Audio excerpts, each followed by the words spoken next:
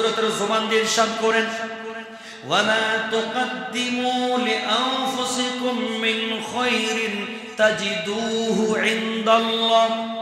আল্লাহ পাক রব্বুল আলামিন বলেন, ও আমার বান্দারা, তোমরা যে আমলটুকু দুনিয়াতে করতেছো এটা আমি আল্লাহ ফরম্যাট মারবো না, এটা আমি আল্লাহ অবশ্যই রেকর্ড করে রাখবো।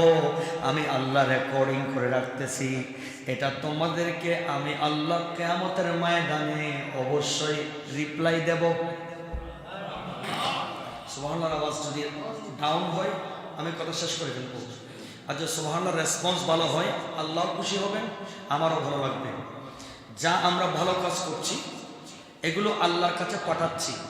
নামাজ পড়ি, নাওয়াইতু আন উসাল্লি লিল্লাহি তাআলা, নিয়ত করেছি নামাজ কার জন্য, কোরআন তিলাওয়াত কার জন্য, জিকির করেছি কার জন্য, দান করি দান বাক্সে গরিব দুঃখীকে, মেহনতি মানুষকে, অসুস্থ ব্যক্তিকে, কোনো অসহায় মানুষকে, এতিম মিসকিনকে দান করি কার জন্য? আল্লাহ বলছেন যে ভালো কাজগুলো তোমরা করো এটা তাজিদুহু ইনদাল্লাহ, আমি আল্লাহর কাছে তোমরা পেয়ে যাবে। শুধু তাই নয়, কেমন পাবো? আল্লাহ পাক রব্বুল আলামিন বলেন, হুয়া খায়রু ওয়া আযমু আজরা।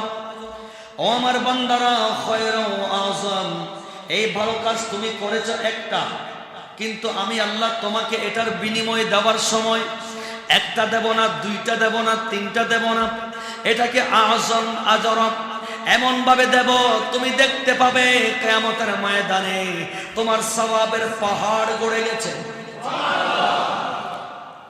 এখন আল্লাহকে আমি প্রশ্ন করব, আল্লাহ আমি তো এতগুলো আমল করি নাই, মাওলারে আমরা তো এতগুলো আমল করি নাই, এত সওয়াব কোত্থেকে আসলো? আল্লাহ বলেন, যেদিন তুমি জুমার নামাজে মসজিদের দান বাক্সে 100টা টাকা দিয়েছো, এই 100টা টাকা তুমি দিয়েছো 100, আমি আল্লাহ আমার কুদরতের ব্যাংকে সেটাকে জমা করে ওটার সওয়াব বাড়াতে বাড়াতে বাড়াতে বাড়াতে তুমি যতক্ষণ কিয়ামতের ময়দানে আসো নাই ততক্ষণ আমি আল্লাহ সওয়াব বাড়াতেই ছিলাম। তোমার ব্যাংকে, বাংলাদেশ পৃথিবীর ব্যাংকে তুমি টাকা দিলে ওরা বাড়িয়ে দেয় দ্বিগুণ, কিন্তু আমি আল্লাহ দ্বিগুণ দেব না, আমি আল্লাহ এমন দেওয়া দেব আযম আজরা, এমন বড় পুরস্কার যেটা তুমি কল্পনাও করতে পারবা না। আস্তাগফিরুল্লাহ।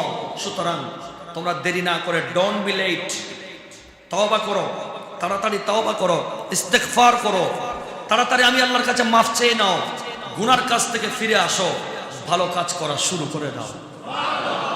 ইন্নাল্লাহা গফুরুর রহিম, নিশ্চয় আল্লাহ ক্ষমাশীল এবং দয়ালু। একটু জোরে বলি সুবহানাল্লাহ।